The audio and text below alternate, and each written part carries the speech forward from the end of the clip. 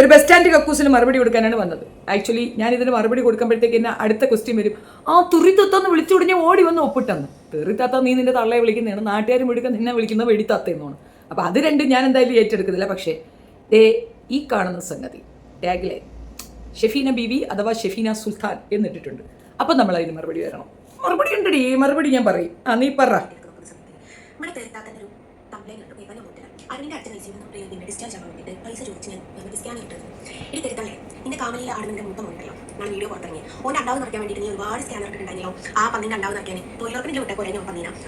കാമലീലയുമായി എൻ്റെ മകൻ്റെ എന്താ പുറത്തിറങ്ങിയെന്നാ കേട്ടോ.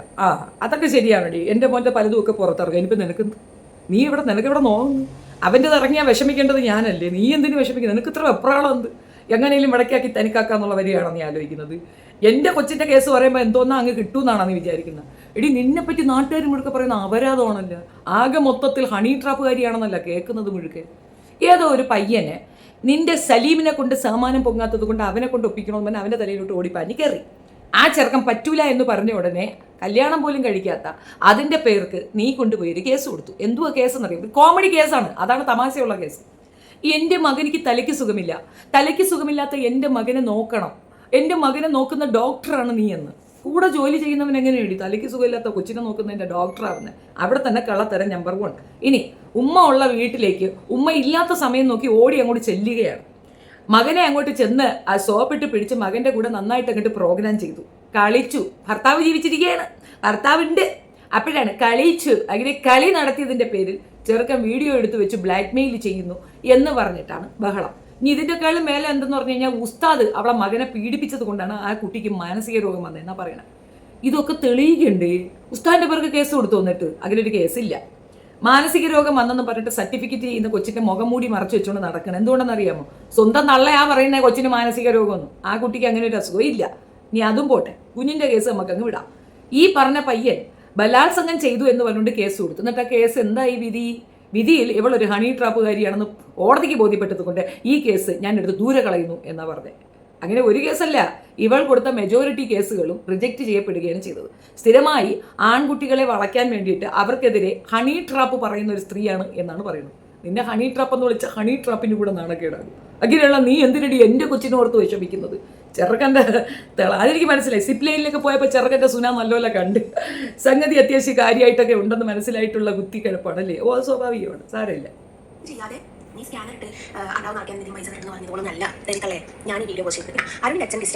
എന്റേത് അണ്ടാവ്, നിന്റേത് വായി കീറിയത്. എടി അതൊരു വ്യത്യാസം ഉണ്ടടി. അണ്ടാവൊക്കെ ഉണ്ടാവും, അതൊക്കെ ഇല്ലെന്ന് ഞാൻ പറയുന്നില്ല, സ്വാഭാവികമാണ്.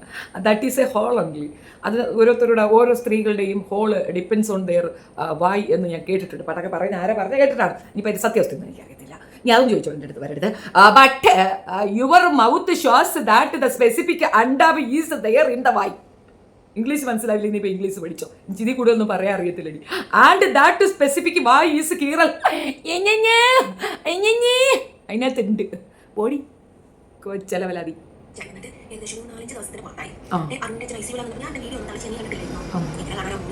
ഒരു തള്ളച്ചി എന്ന് വിളിക്കാൻ എന്നെ കണ്ടാലും നിന്നെ കണ്ടാലും കണ്ടാ പറയുന്നവർക്ക് മനസ്സിലാവില്ലടി ആരാണ് മുതുക്ക് മൂർത്തി. കുട്ടി എന്ന് തന്നെ വിളിക്കൂ. ആ മുസ്ലിം കുട്ടിയാണ് ഞാൻ. ഓ കുട്ടി, നിന്റെ കുട്ടിക്കൊരു കുട്ടിയാവാറായല്ലടി. ഇനിയും നിനക്ക് ആയില്ലേ കുട്ടി എന്ന് വിളിക്കുന്നു? ആരടി കുട്ടി? കൂല് പകരം നീ പാ എന്നിട്, അതാണ് നിനക്ക് ചേരുന്ന പേര്. കുട്ടി അത്ര കുട്ടി.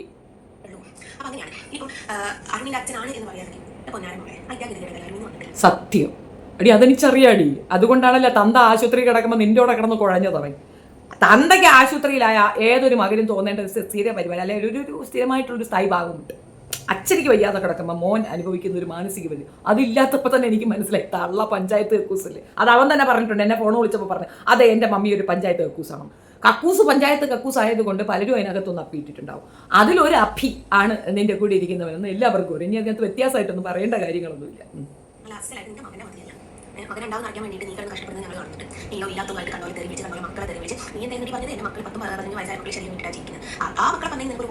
ഇതൊക്കെ ഞാനിപ്പോ പറഞ്ഞു ഇവളെ മക്കളെ ശരീരം വിറ്റാ ജീവിക്കുന്നത് സ്വന്തമായിട്ടൊക്കെ കണ്ടുപിടിച്ച് പറയാം. അല്ല അപ്പൊ അങ്ങനെയാണ്.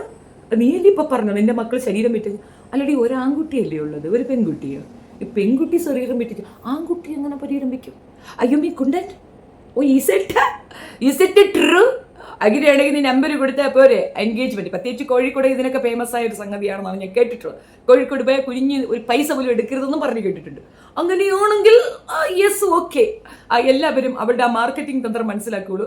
സ്വന്തം കുഞ്ഞിന് വേണ്ടിയിട്ട് ഒരു അമ്മ വന്നിരുന്നത് കൊണ്ട് ആ മാർക്കറ്റ് നടത്തുകയാണ്. ആ മാർക്കറ്റിംഗ് തന്ത്രം നിങ്ങൾ അക്സെപ്റ്റ് ചെയ്യണമെന്നാണ് എനിക്ക് പറയാനുള്ളത്. അപ്പോൾ അന്നത്തെ ദിവസം ജോലിക്ക് പോകുന്നതാണ്. ഒരു ഡ്രൈവർ, ഹെവി ഡ്രൈവർ എന്നുള്ള ലൈസൻസ് അവിടെ ഇരിക്കും. നിന്റെ മുന്നേ വന്നിട്ടുണ്ടോ? അതിന് നീയല്ല ഡ്രൈവിംഗ് സ്കൂള്, അവൻ പുറത്തുപോയി ഡ്രൈവ് ചെയ്യുന്ന കാര്യം. അല്ലടി, നേതാവ് ഡ്രൈവേഴ്സ് യൂണിയൻ അസോസിയേഷൻ ആൾ എന്നെ വിളിച്ചിട്ട് പറഞ്ഞായിരുന്നല്ല, ഈ കഞ്ചാവിനെ നമ്മൾ എടുക്കത്തിൽ നമ്മൾ പിരുത്ത് വിട്ടുന്നു. പിന്നെ ഇവിടെ ഇടിയാവും പണിക്ക് പോകണത്. പണിക്കൊക്കെ പോകണുണ്ടായിരിക്കും, വല്ല മയക്ക് വരുന്ന കൊണ്ട് കൊടുക്കാനോ അങ്ങനെ എന്തെങ്കിലും അതൊക്കെ ഉണ്ടാവും. അല്ലാണ്ട് നീ പറഞ്ഞാൽ ഡ്രൈവിങ്ങിന് പോകണമെന്ന് ഇനിയിപ്പോൾ നീ ബസ് കൊണ്ടുവരരുത് കേട്ടോ. ആരുടെയെങ്കിലും ഒക്കെ കയറിയിട്ട് റീൽസ് ഇടാൻ വേണ്ടിയാണ് അണ്ണാന്ന് പറഞ്ഞിട്ട് ഒരു ബസ് കൊടുത്താലും കൊടുക്കും. അവൻ പോകുന്ന ബസ് റൂട്ട് ഏതെന്ന് പറഞ്ഞു കഴിഞ്ഞാൽ ടപ്പ 2 ദിവസത്തിനുള്ളിൽ അവൻ്റെ ജോലി കളയിച്ച് ഞാൻ നിന്നെ അവനെ വീട്ടിൽ കൊണ്ട് നിർത്തി കാണിച്ചിട്ടുണ്ട്. ഹെവി ലൈസൻസും അവൻ്റെ ഞൊണ്ണയും എല്ലാം വീട്ടിലിരുന്ന് അവൻ ഞൊണ്ണ തിന്നും. അതായത് യുവർ അപ്പം ബിൽ തിന്നൽ, അത്രയല്ലോ. അതാണ് ബെസ്റ്റ് സാധനം. അവന് പറ്റിയ പണി അതാണ്. എടി ചിലപ്പം മിസ്റ്റേക്ക് ആയിരിക്കും എടി.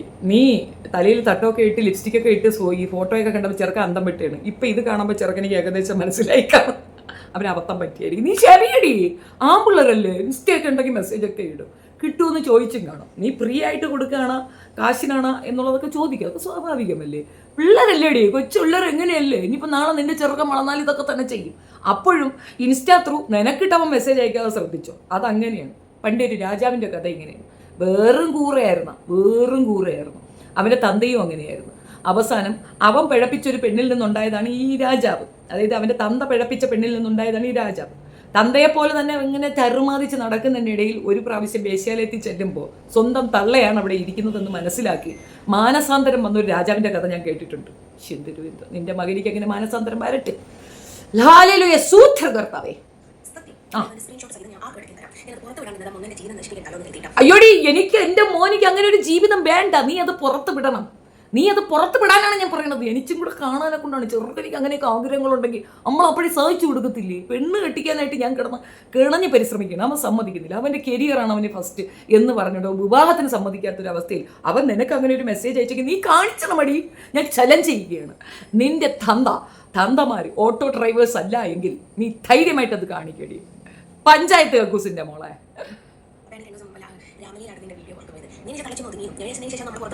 എടി, എന്നെ ഒതുക്കാനാണ് മോൻ്റെ രാമലീലയും കൊണ്ട് നീ ഇറങ്ങിയത്. എന്നെ ഒതുക്കാൻ വേണ്ടിയിട്ടാണ് ഇറങ്ങിയത്. എടി, ഞാൻ മിണ്ടാതായ എന്തെന്നറിയാമോ?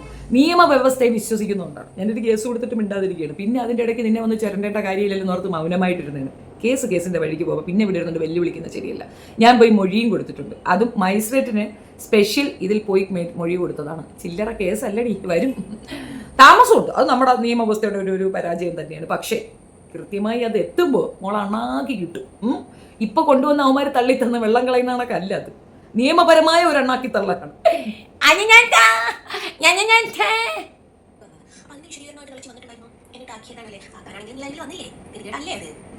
എന്ത് ഗതികേട്.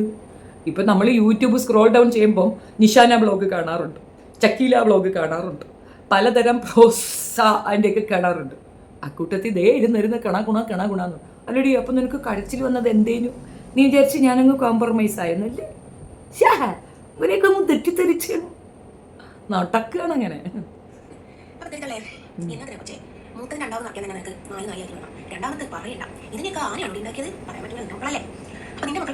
ആന കയറി ഉണ്ടായത് 2 എണ്ണം അവിടെ ഇല്ലേ? പന്നി കയറി ഉണ്ടായതാണ് നീ. അതിന്റെ തള്ളയെടുത്ത് ചോദിച്ചാൽ മതി. തള്ളയെ വിളിച്ച് ചോദിച്ചാൽ തള്ളേ എന്നെ ഏത് പന്നിയാണ് ഉണ്ടാക്കിയെന്ന് ചോദിച്ചെങ്കിൽ തള്ള കൃത്യമായിട്ട് പറഞ്ഞിട്ട്. കാരണം ഒരു പന്നിക്കേ ഉണ്ടാക്കാൻ പറ്റും ഇതുപോലെ ഒരു പ്രോഡക്റ്റിന്. നീ ഉമ്മച്ചീൻ്റെ അടുത്ത് ചോയരടി. നിന്റെ ഉമ്മച്ചി ഇല്ലേ അവിടെ ഇരിക്കുന്നത്, ലബടി, അവളോട് ചോദിക്കും, അവൾ പറഞ്ഞു തരും.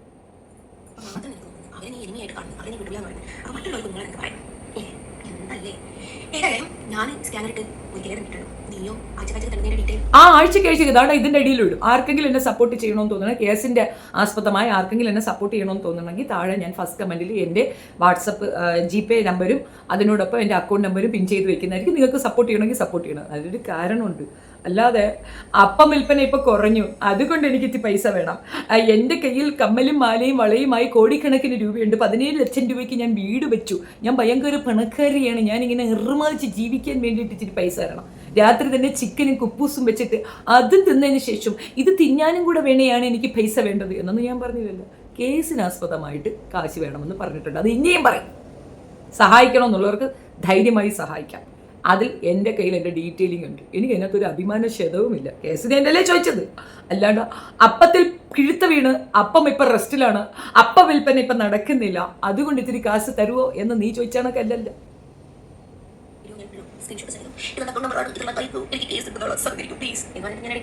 അതല്ലടി, അത് ജെന്യൂൻ അല്ലേടി. കേസുണ്ട്, സഹകരിക്കൂ, തരൂന്നല്ലേ പറഞ്ഞത്. അത് ഈ സ്ക്രീൻഷോട്ട് ഇടുന്ന എന്തിന് എൻ്റെ ടൈമിലേക്ക് കിടക്കില്ല. അത് ഞാൻ വീണ്ടും പറയണം.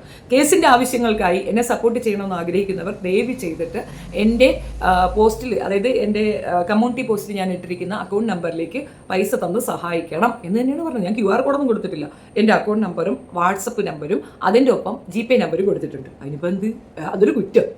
അല്ലാതെ അപ്പം വിൽക്കാനുണ്ടെന്ന് പറഞ്ഞ് നമ്പർ ഇട്ടിട്ടില്ലല്ലോ. നിന്നെ പോലെ ഉണ്ടാ. ഏതായാലും നിന്റെ രണ്ടാമത് നമുക്ക് നോക്കാൻ വേണ്ടിയിട്ട് നീ സ്കാനർ ഇതിൽ വന്നിട്ടുണ്ട്. വല്ല വികലാംഗ പെൻഷൻ ഉണ്ടാവില്ല, അത് മേടിച്ച് ജീവിക്കാൻ നോക്ക്. ഇല്ലേ വേണ്ട, മൂത്ത മോനെ നീ തൊഴിലുറപ്പിന് വേണ്ടി ആണുങ്ങൾക്ക് തൊഴിലുറപ്പ് പോവാ. ദിവസം 350 രൂപ കിട്ടും. അതുപോലെ എനിക്ക് റേഷൻ മേടിക്കാൻ നീ എന്തൊരു കഷ്ടമല്ലേ. നീ എൻ്റെ കൊച്ചു തൊഴിലുറപ്പിന് പോകണോ ജോലിക്ക് പോകണോ വേണ്ടേ എന്നൊക്കെ അവൻ നിശ്ചയിച്ചോളൂ. നീ ഡിമാൻഡ് ചെയ്യേണ്ട കാര്യത്തിന്. നീ എൻ്റെ കാലിൻ്റെ കാര്യമാണ് വികലാംഗയാണെന്ന് പറഞ്ഞത്.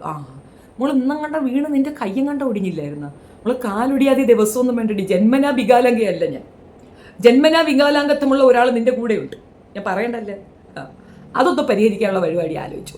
ചുമ്മാ എന്തെങ്കിലും വിളിച്ച് പറഞ്ഞാൽ അതിനൊന്നും മറുപടി ഇല്ലടി. വികലാംഗ പെൻഷൻ എനിക്ക് ഇപ്പം തന്നെ കിട്ടുന്നുണ്ട്. ഇത് അതിൽ നിന്നും പങ്ക് വേണോ?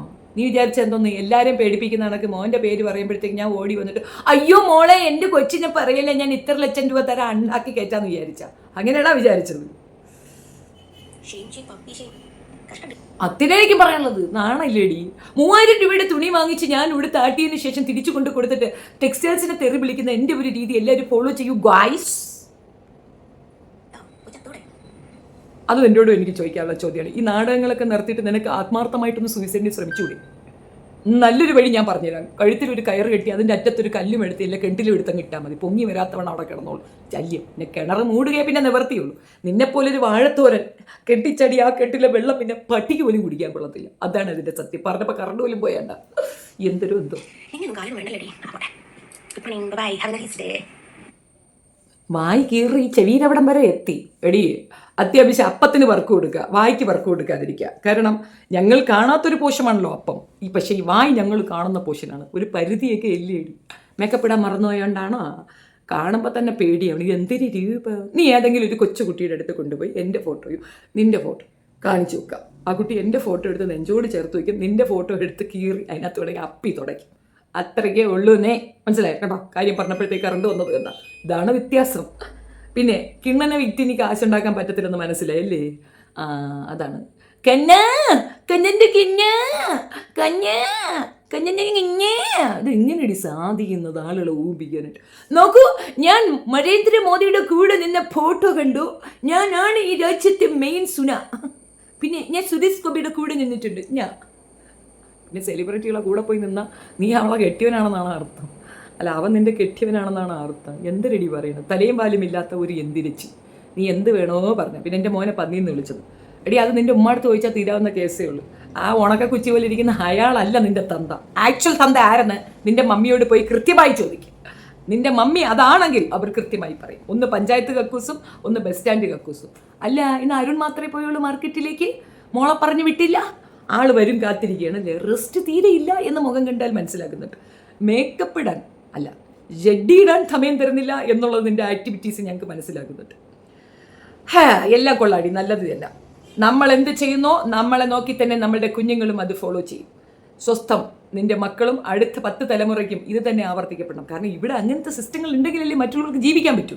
നാട്ടിൽ എത്ര വേശ്യാലയങ്ങളുണ്ടോ അതിനെ ഡിപ്പെൻഡ് ചെയ്തായിരിക്കും ആളുകൾ സ്വസ്ഥമായി ജീവിക്കുക. അല്ലെങ്കിൽ കാണുന്ന ഈ കുത്തിക്കഴപ്പുള്ളവന്മാരൊക്കെ നാട്ടിലുള്ള പെണ്ണുങ്ങളെ കയറി പിടിക്കുക. അതിലെ പ്രശ്നമുണ്ട്. വേശ്യാലയം ഉണ്ടെങ്കിൽ അവന്മാർ അങ്ങോട്ട് പിടിക്കുള്ളൂ. പിന്നെ ഒരു കാര്യം എന്തെന്ന് പറഞ്ഞു കഴിഞ്ഞാൽ പബ്ലിക് ക്ലോസറ്റിൻ്റെ അടുത്തൊക്കെ മറുപടി പറയാനും മാത്രമുള്ള യോഗ്യത കുറവ് എനിക്കില്ല. അതുകൊണ്ട് ഞാൻ മാറി ഇന്നേ ഉള്ളൂ. പക്ഷെ അങ്ങനെയല്ല, നിൻ്റെ കേസിൽ അങ്ങനെയല്ല. നിന്നെ ഞാൻ വിടില്ല. മനസ്സിലായ? എന്ത് തോന്നിവാസം ആരെയും പറഞ്ഞു കളയാം.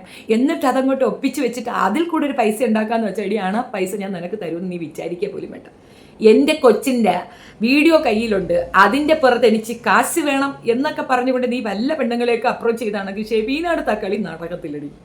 എൻ്റെ കൊച്ചിൻ്റെ പുറത്ത് അങ്ങനെ ഒരു വീഡിയോ ഉണ്ടെങ്കിൽ ഞാൻ ആത്മാഭിമാനപൂർവ്വം അതേ എന്ന് പറയും. ആടി അങ്ങനെയൊക്കെ വീഡിയോ ഉണ്ട്, ആമ്പിള്ളേരല്ലേ അങ്ങനെയൊക്കെ ഉണ്ടായെന്ന് വരും. അതിപ്പോൾ നിനക്ക് നിൻ്റെ അടുത്ത് വന്നില്ലേ ആ വിഷമമാണ്.